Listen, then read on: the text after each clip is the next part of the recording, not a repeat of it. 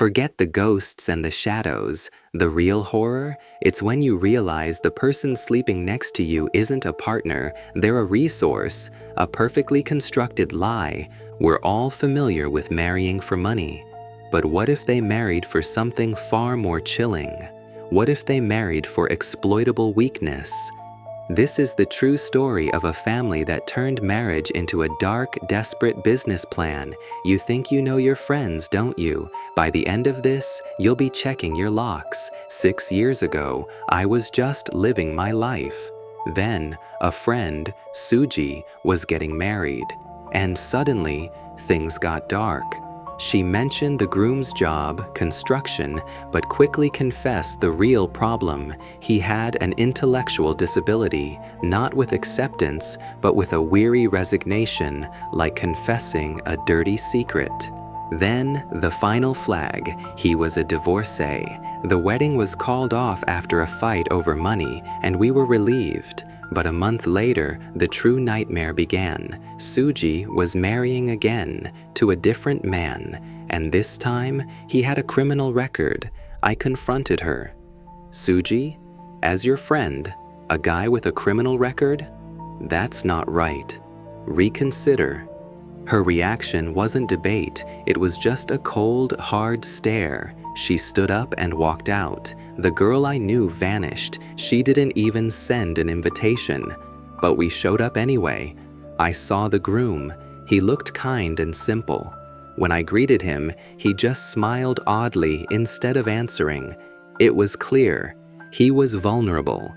Then came the twist that threw everyone off. 2 years later, Suji was suddenly living large. Designer bags, luxury cars. The rumor mill spun a feel-good story. Her husband's business hit the jackpot.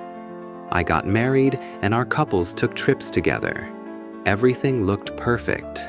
But my husband noticed something deeply strange. At a store, Suji's husband begged him to buy him a simple pastry, a single piece of bread. He devoured it and then made a desperate plea. Don't tell Suji. Promise me you won't tell her. Why would a successful man have to beg a stranger for a $2 snack and swear him to secrecy? I brushed it off. Must be a diet thing. That's how psychological prisons are built. We look away.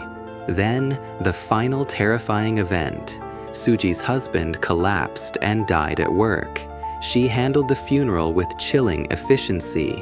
We wanted to keep it private. Shortly after, she called, proposing a trip. When we met, Suji had brought a new man, and yes, he too seemed lacking. Husband dead, quiet funeral, and already a third vulnerable man in tow. The fear became real.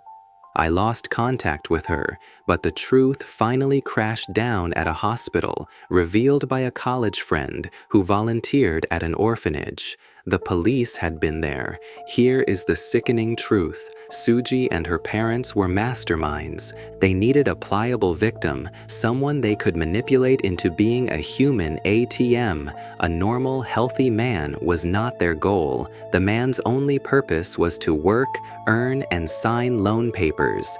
His money funded Suji's luxury life, her parents' vacations, and her dating life. The man who starved for a slice of bread was their personal slave. The autopsy on the husband who collapsed, it showed bruising on his neck. The death was suspicious. Murder was a possibility. As the police closed in, Suji and her entire family vanished, gone. My greatest regret is not speaking up, not noticing that desperate plea for a simple piece of bread. We were so focused on the stigma of his disability, we missed the signs of his imprisonment. The man Suji brought on that last trip, he was likely the next target, the next victim in the conveyor belt of exploitation. Ask yourself this: how many times have you dismissed a desperate look because you were afraid to be rude? That silent question could be the only lifeline for someone trapped in their own living hell. What do you think happened to Suji and her parents? And what will you do the next time you see a quiet plea for help?